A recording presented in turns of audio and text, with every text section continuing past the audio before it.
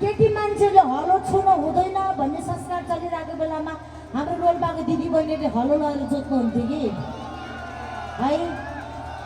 अनि केटी मान्छेले छोटो छोटो लुगा लाउनु हुँदैन भनेको बेलामा जोती भने छोटै लुगा लाउँथ्यो कि। त्यसैले हामी रोल्पाले एकदमै स्ट्रङ छौँ है। अनि अब भन्न त भन्ने गर्छन् होइन, मलाई अब राजनीतिको बारेमा चाहिँ मलाई थाहा छैन है, राजनीतिको बारेमा त थाहा छैन मलाई। सबैजना रोल्पालीहरूलाई एकदमै बिग एप्रिसिएसन आफ्नो तर्फबाट तपाईँले दिनुभएको योगदानको लागि हर कुनै क्षेत्रमा।